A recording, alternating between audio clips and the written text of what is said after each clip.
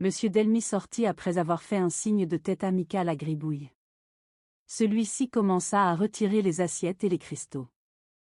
Il finissait d'emporter la dernière pile d'assiettes quand il entendit la voix de Madame Delmy et de Caroline. Il précipita le pas pour les éviter et se cogna contre Émilie et Georges, les enfants de Madame Delmy, qui revenaient de chez leur tante. « Tiens, Gribouille !» s'écrièrent les enfants, « par quel hasard es-tu ici avec une pile d'assiettes ?» Gribouille. « Puisque je suis l'ami de votre papa, monsieur et mamselle, je fais mon service en ami. » Georges. Gribouille, l'ami de papa. Ah! Quelle plaisanterie! Gribouille. Pas plaisanterie du tout, monsieur.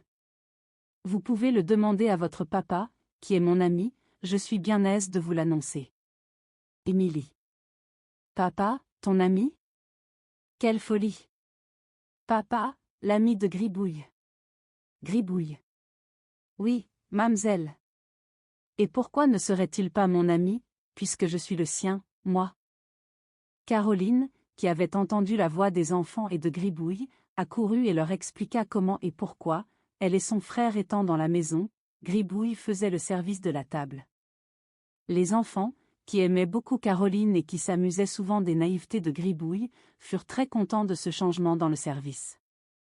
Ils coururent au salon, embrassèrent monsieur et madame Delmy, et s'extasièrent sur la coiffure de madame Delmy, à la grande satisfaction de Caroline, qui y avait mis tout son savoir. Gribouille prétend que je suis trop vieille pour me coiffer ainsi, dit en riant madame Delmy. Trop vieille. Par exemple. Cela vous va à merveille, maman, coiffez-vous toujours ainsi. Moi je trouve cette coiffure jolie, mais pas très commode, dit monsieur Delmy. Madame Delmy. Très commode, mon ami. Rien de si commode. C'est solide. Tous les cheveux sont crêpés dessous. Émilie. Est-ce que vous les décrêpez le soir, maman? Madame Delmy. Je ne sais pas encore, chère petite, c'est la première fois que je me suis coiffée ainsi. Émilie. Ça sera très long à défaire? Madame Delmy. Non, un quart d'heure au plus. C'est Caroline qui s'en chargera. Émilie. Je suis bien contente que Caroline soit ici, mais Gribouille? Il est si bête. Qu'est-ce qu'il fera? Madame Delmy. Sa sœur le fera travailler, il l'aide beaucoup. Pendant cette conversation, Caroline écoutait les explications de Gribouille, qui lui racontait la scène de la grange avec Rose, leur frayeur, l'arrestation de Rose par le brigadier, et tout ce qui s'était passé ensuite. Caroline. Vois-tu, Gribouille, comme c'est mauvais de trop parler et de raconter ce qu'on a entendu dire, ce qu'on a vu. La pauvre Rose a manqué de traverser la ville, les mains liées, sous l'escorte d'un gendarme, par suite des bavardages de Madame Grébu. À propos de bavardage, tu parles trop devant les maîtres, Gribouille, ce soir tu as encore fâché Madame Delmy. Gribouille. Ce n'est rien, ne fais pas attention, monsieur te fait dire qu'il est content et que tu ne dois pas être fâché, il est mon ami, il me l'a dit. Caroline. Je suis bien aise que monsieur soit content, mais je t'en prie, Gribouille, ne mécontente pas madame. Ne lui parle plus de ses robes et de ce qui lui va, de ce qui ne lui va pas, ça ne te regarde pas, occupe-toi de ton ouvrage, c'est le vrai moyen de contenter tout le monde. Un jour, Caroline annonça à son frère qu'il y aurait un grand dîner et qu'il fallait se dépêcher pour tout préparer, et mettre le couvert convenablement. Gribouille. Qu'est-ce que tu appelles convenablement? Caroline. Mieux qu'à l'ordinaire, tu choisiras les assiettes qui ne sont pas écornées, tu essuieras tout d'avance, pour n'avoir pas à t'en occuper pendant le dîner, tu arrangeras plus d'assiettes de dessert, tu mettras de la mousse sous les fruits, enfin tu tâcheras que ce soit joli, que le coup d'œil de la table soit bien, que monsieur et madame Delmy soient contents. Gribouille. Quant à monsieur, ce ne sera pas difficile, il est toujours content, pour madame, c'est autre chose, elle n'est jamais contente, elle. Caroline. Chut. Si madame t'entendait. Gribouille. Eh bien. Quand elle m'entendrait. Je ne dis que la vérité. C'est-y pas vrai que j'ai beau faire, beau m'échiner, elle gronde toujours et trouve toujours moyen de reprendre? L'autre jour, n'a-t-elle pas fait les 100 coups parce que j'avais ficelé le bec de son perroquet? Caroline. Je crois bien, il ne pouvait plus manger, il serait mort de faim. Gribouille. Voilà-t-il pas le grand malheur? Une méchante bête qui répète tout ce que je dis, qui m'injurie du matin au soir, qui me donne des coups de bec dans les jambes pendant que je fais mon ouvrage, qui m'agace, qui me met en colère, qui maigrit le caractère, tout ça par méchanceté, pour m'empêcher d'avoir fini à temps. Caroline. Quelle folie tu dis là, Gribouille. Est-ce qu'un perroquet comprend et raisonne? Gribouille. S'il comprend? S'il raisonne? Je crois bien qu'il comprend. S'il était bête comme toutes les bêtes, est-ce qu'il parlerait? Est-ce qu'il crierait à tous ceux qui viennent et même aux gens qui passent dans la rue, Gribouille est bête? Mon Dieu, qu'il est bête! Imbécile de Gribouille! Et quand on lui demande, qui est-ce qui t'a battu, Jacko? Qui est-ce qui t'a arraché tes plumes? Tu crois qu'il va dire, ma foi, je n'en sais rien, ou bien, c'est personne, pas du tout, il prend un air. Il faut voir son air. Une vraie mine de diable. Et il répond, c'est Gribouille. Pauvre Jacko. Gribouille abattu. Et l'autre jour que j'étais enrhumé, que je toussais à faire pitié, tu crois que Jacko aurait dit, pauvre Gribouille? Du sucre à Gribouille, ah, bien oui. Il s'est moqué de moi, il s'est mis à tousser comme moi, à cracher comme moi, et à dire d'un air tout triste, pauvre Jacko. Du sucre à pauvre Jacko. Aussi qu'est-il arrivé? C'est qu'au lieu de me plaindre, les enfants se sont mis à rire, les maîtres aussi. Pour madame, cela ne m'a pas étonné, mais pour monsieur, j'en ai été surpris et blessé, lui qui se dit mon ami, aurait dû faire taire ce maudit perroquet et lui démontrer que c'était une pure et vraie méchanceté qu'il faisait là. Au lieu de prendre mon parti, voilà monsieur qui se range du côté de mon ennemi. Aussi, le dîner terminé, quand nous sommes restés en tête-à-tête, tu lui as ficelé le bec, à ce pauvre animal. D'abord j'ai parlé raison, mais, pas moyen de se faire entendre. Il m'agonisait de sottises, il sautait sur moi et me donnait des coups de bec, que j'enseignais. Ah! Coquin, lui ai-je dit, tu crois, parce que tu fais rire les maîtres, que tu seras le plus fort, attends, mon garçon, à nous deux. Et voilà que je l'empoigne par le cou et que je lui noue le bec avant qu'il ait seulement eu le temps de crier au secours. C'est qu'il l'aurait fait. Mais, une fois ficelé, c'est. Et moi qui riais, et lui qui faisait une mine si piteuse. Ah! J'en ris encore. Pauvre Gribouille, dit Caroline en le regardant avec une tendre pitié. Pauvre Gribouille. Gribouille. N'est-ce pas? C'est que j'étais réellement à plaindre. Caroline. Oui, oui, mais va tout préparer pour le dîner et arrange un beau dessert. Gribouille partit en chantant. Caroline le suivit des yeux, puis retourna au fourneau et passa un mouchoir sur sa figure pour essuyer quelques larmes qui coulaient malgré elle. Pauvre frère! Se dit-elle, j'ai beau le faire taire, l'aider à son ouvrage, arranger ses paroles, madame le prend de plus en plus en grippe. Il ne m'écoute plus comme jadis, il devient colère, impertinent. Ce perroquet le met hors de lui. Je sens qu'il sera bientôt impossible à madame de le garder à son service. Sans monsieur, elle l'aurait chassé depuis longtemps, lui renvoyé, je ne resterai pas, et me voilà de nouveau à chercher notre vie par mon travail. C'est que je n'y suffirai pas. On paye si peu. Et Gribouille a bon appétit. Pauvre garçon. Caroline reprit son travail suspendu, elle prépara les viandes, mit les casseroles au feu, et, tout en les surveillant, elle se hâta de terminer une robe que madame Delmy désirait beaucoup pouvoir mettre pour son dîner. Gribouille ne perdait pas de temps de son côté, il préparait le couvert. Voyons comment j'arrangerai mon dessert, dit-il quand il eut placé les assiettes, les verres et les couverts. Caroline m'a dit de faire un beau dessert et de mettre de la mousse sous les fruits. Pour mettre de la mousse, il faut en avoir, je vais aller en chercher au jardin. Gribouille descendit au jardin et n'eut pas de peine à trouver des paquets de mousse, qu'il rapporta joyeusement. À l'ouvrage, se dit-il. Qu'est-ce que madame a sorti pour le dessert? Des pommes. Bon. Des poires. Très bien. Des abricots en compote. Des prunes en compote. Ah. Ah. Ceci sera plus difficile à arranger avec la mousse. Comment vais-je faire? Le jus va me gêner.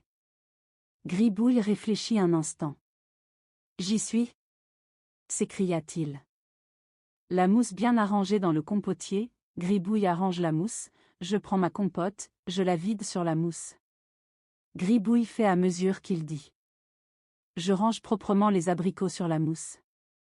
J'ai les doigts tout poissés. Cette mousse a bu tout le jus. Les prunes maintenant. Là, c'est fait. Drôle de compote tout de même. Tiens. Des fourmis qui étaient dans la mousse et qui se sont noyées dans le jus. Oh. Comme elles se débattent. Je les aiderais bien à se sauver, mais j'ai peur qu'elles ne me piquent les doigts.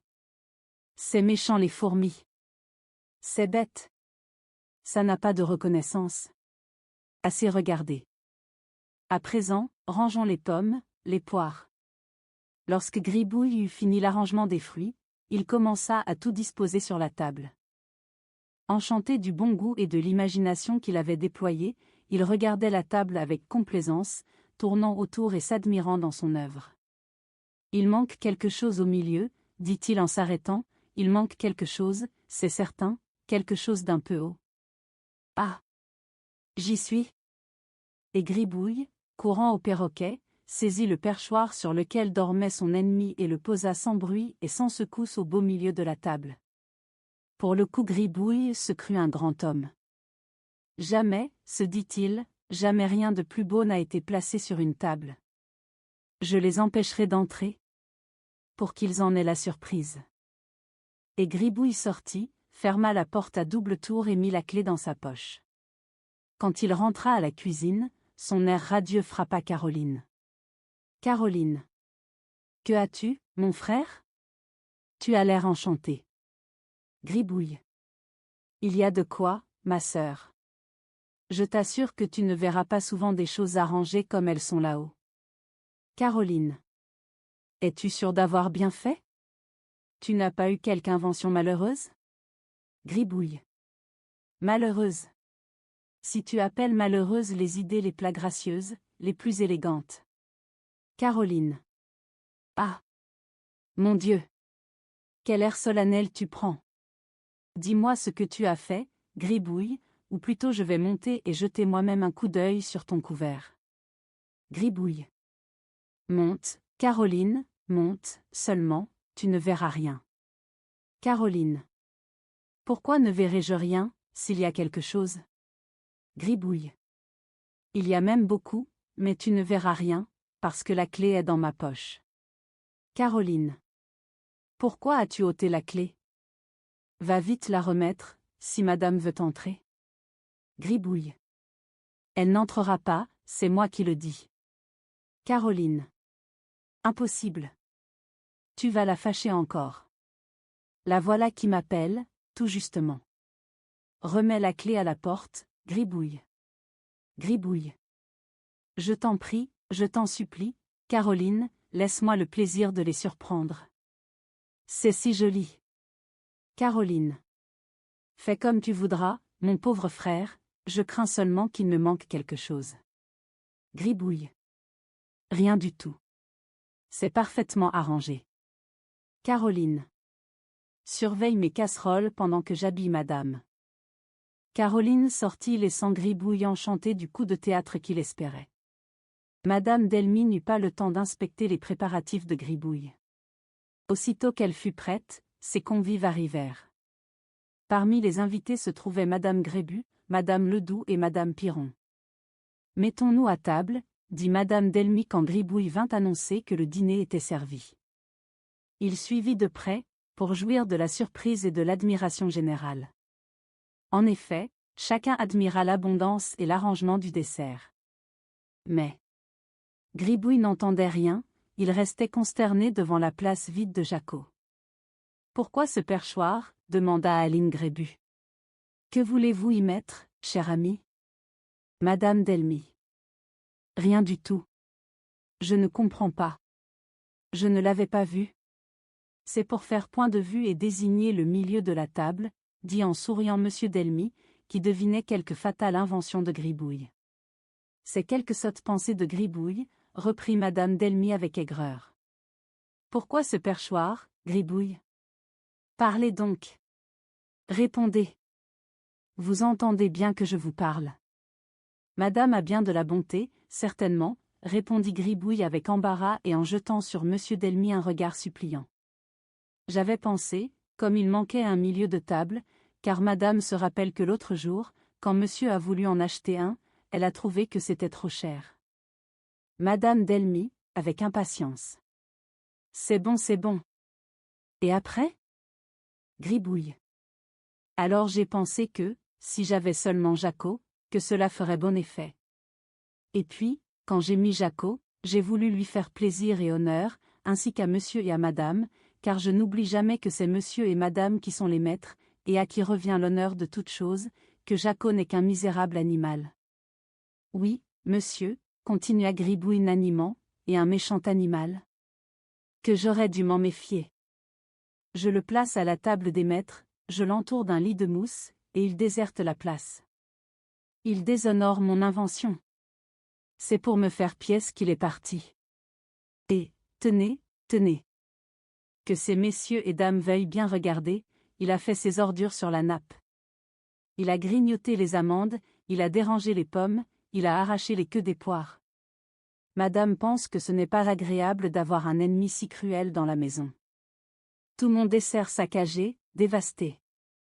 Je prie monsieur et madame de m'excuser, mais, je ne puis pas, retenir mes larmes. Quand je vois tout l'honneur qui me revenait. Perdu par la méchanceté. De ce misérable, de cette brute. L'un de nous deux restera sur le carreau. J'en préviens monsieur et madame, il arrivera malheur à l'un de nous. Monsieur Delmy. Calme-toi, Gribouille. Ce n'est rien, mon ami. Le dîner n'en sera pas moins bon, ton dessert n'en est pas moins beau.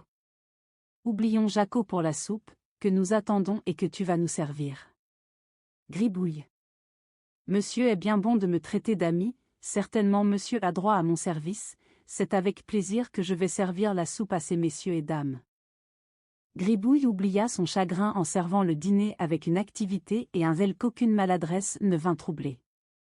Seulement, quand on arriva aux compotes, et que madame Delmy, qui les cherchait, fut avertie par Gribouille qu'il les avait versées sur la mousse des compotiers, sa colère éclata, et le pauvre Gribouille fut traité de bête, d'imbécile, d'idiot. Madame Piron riait en compagnie de mesdames Grébu et Ledoux, elle voulut même adresser quelques paroles ironiques à Gribouille. « Je n'aime pas que l'on rit de moi », s'écria Gribouille, lançant à ces dames des regards irrités. « Que mes maîtres se permettent d'injustes reproches, c'est leur droit, mais que d'autres s'y joignent, je ne le veux pas. » Gribouille, tu oublies que tu parles à des amis de ma femme, dit monsieur Delmy d'un air mécontent. Gribouille. Des amis. Bonnes amies, en vérité.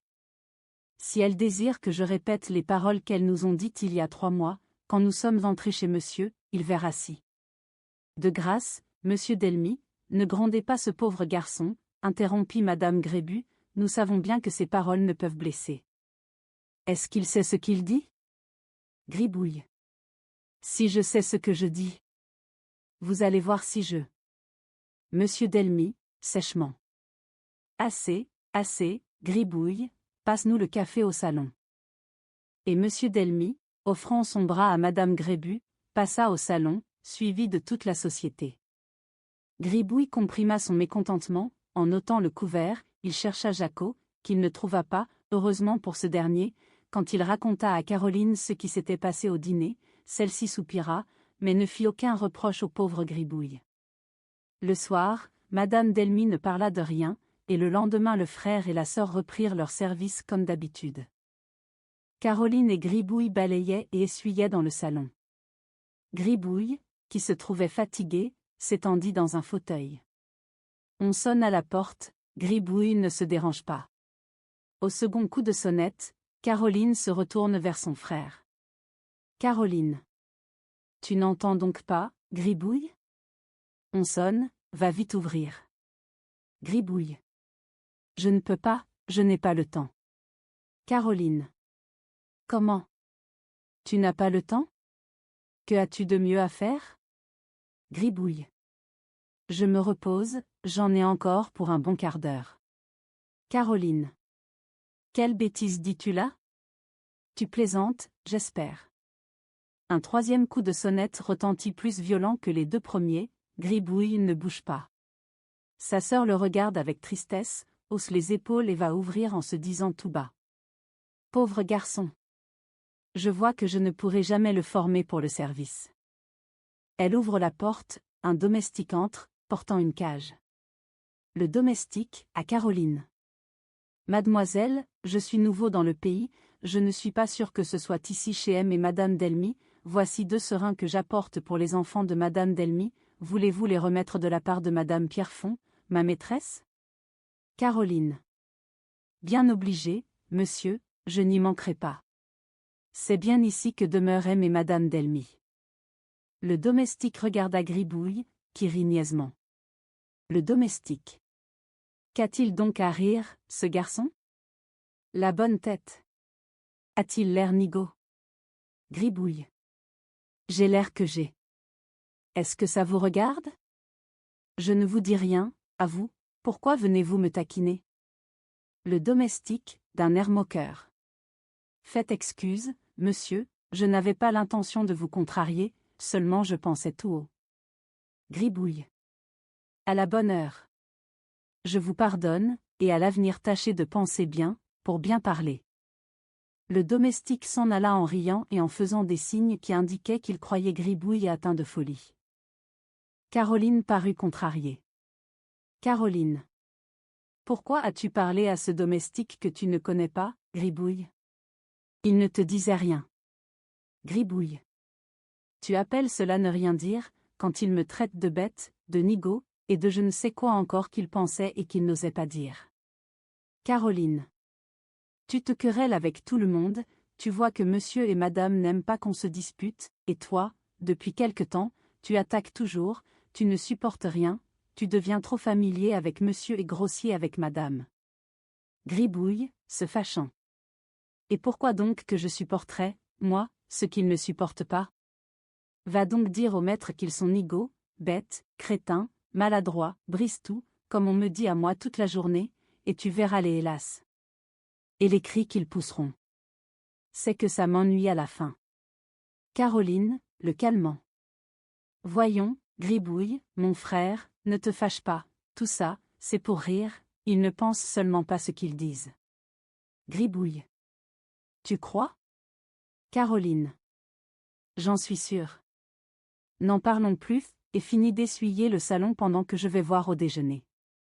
Gribouille continua à épousseter. Il arriva à la cage, la prit, regarda les oiseaux et se mit à causer avec eux. Pauvre petit. Il s'ennuie là-dedans. Ne jamais sortir. C'est y embêtant. Ça fait pitié, ces pauvres petites bêtes. Ma foi, je n'y tiens pas, je vais les laisser voler dans la chambre, ça va toujours les amuser un peu. Gribouille ouvre la porte de la cage, qu'il pose sur une table, les serins approchent de la porte ouverte, s'envolent, se perchent sur le bâton d'un rideau de croisée et chantent joyeusement. Gribouille est enchanté, il bat des mains, les oiseaux ont peur, quittent le rideau et se dirigent vers une croisée restée ouverte. Gribouille les poursuit en criant. Pas par là, les petits. Attendez, que je ferme. Mais les serins, qui voient l'air, l'espace, la verdure, s'élancent hors de la fenêtre et s'envolent au loin. Gribouille reste pétrifié. Les petits scélérats. Me jouer ce tour-là. A-t-on jamais vu chose pareille? Ils vont être joliment attrapés. Je cours fermer la grille du jardin, ils seront bien fins s'ils peuvent l'ouvrir pour aller dans la campagne. Gribouille sort précipitamment, peu d'instants après il rentre tout essoufflé. Au même moment, Émilie entre au salon, elle regarde de tous côtés et aperçoit la cage. Ah! La voilà! Voyons les oiseaux. Elle approche de la cage, voit avec surprise la porte ouverte et pas d'oiseaux dedans. Elle appelle Gribouille. N'y avait-il pas des oiseaux dans cette cage? Où sont-ils, Gribouille? Gribouille, avec un rire niais. Certainement, mademoiselle, certainement il y avait des oiseaux. À quoi pourrait servir une cage sans oiseaux? Émilie, regardant autour d'elle. Où sont-ils? Je ne les vois pas. Gribouille. Mademoiselle peut être tranquille, ils ne sont pas loin. Émilie. Je voudrais bien les avoir, voulez-vous me les apporter, Gribouille? Gribouille. Quant à cela, mademoiselle, il faut attendre un peu. Les oiseaux, ce n'est pas comme l'homme, c'est bête comme toutes les bêtes. J'aurais beau les appeler, leur dire que mademoiselle désire faire connaissance avec eux, c'est comme si je ne disais rien.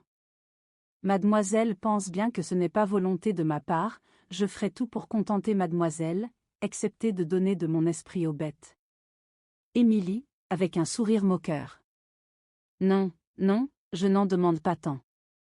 Gardez votre esprit, Gribouille, tâchez même de l'augmenter, seulement je ne comprends rien de ce que vous dites, et je ne sais pas encore où sont les oiseaux que m'a envoyés ma cousine Lucie. Gribouille. Ils se promènent, mademoiselle, ils étaient fatigués de leur cage et ils sont allés faire un tour. Ça se comprend, ces pauvres bêtes, toujours enfermées. On se lasse, à la fin. Émilie, consternée. C'est vous qui les avez lâchés? Gribouille. Certainement, mademoiselle, qui donc aurait eu pitié de ces pauvres petites bêtes innocentes, si ce n'est moi? Je les ai fait sortir, mais ils ne vont pas tarder à rentrer, car j'ai poussé la grille du jardin et il faudra bien qu'ils rentrent quand ils verront tout fermé. Émilie, avec impatience. Vous êtes plus nigaud que jamais, mon pauvre Gribouille. Vous ne faites que des bêtises. A-t-on jamais imaginé de laisser des serins s'envoler? Gribouille, s'animant à mesure qu'il parle. Mais puisque je vous dis, mademoiselle, que j'ai fermé la grille. J'ai fait ce que j'ai pu, moi. Que vouliez-vous que je fisse? Fallait-il m'envoler après eux? Est-ce que j'ai des ailes, moi? Est-ce ma faute si ces bêtes n'ont pas de jugement, si elles ne comprennent pas qu'elles doivent rentrer? Tout ça, voyez-vous, c'est de la méchanceté de leur part. Ils savent qu'ils me font gronder. Il leur en coûtait beaucoup peut-être de rentrer avant que vous ayez vu leur cage vide. C'est toujours la même chanson, tout le monde contre moi, je ne peux plus y tenir. Jusqu'à un perroquet et des serins qui se liguent pour me faire gronder. Et le pauvre Gribouille tombe assis sur un fauteuil, il pleure. Émilie, que le discours de Gribouille avait étonnée, puis amusée, le voit pleurer, elle approche, lui prend les mains. Émilie. Voyons, mon pauvre Gribouille. Il ne faut pas vous affliger pour si peu de choses. Si peu de choses. Mademoiselle appelle cela peu de choses. Tout ce que je fais tourne contre moi. J'entends dire à chacun, Gribouille est bête. Dieu, qu'il est bête. Jusqu'à ma propre sœur, ma meilleure et seule amie, qui dit de même. Et mademoiselle croit qu'on peut supporter tout cela. Que je peux me laisser insulter pour des animaux. Et quels animaux encore? Un perroquet et des serins. Non, non, je ne me laisserai plus faire, je me révolterai ou je mourrai, je souffre trop, je ne sais plus que dire, que faire, je sens ma pauvre tête qui part. Et Gribouille, qui s'était levé, allait et venait dans la chambre, et dans son désespoir frappait les meubles, cognait les murs, se tapait la tête, s'arrachait les cheveux. Émilie s'était sauvée et était allée chercher Caroline.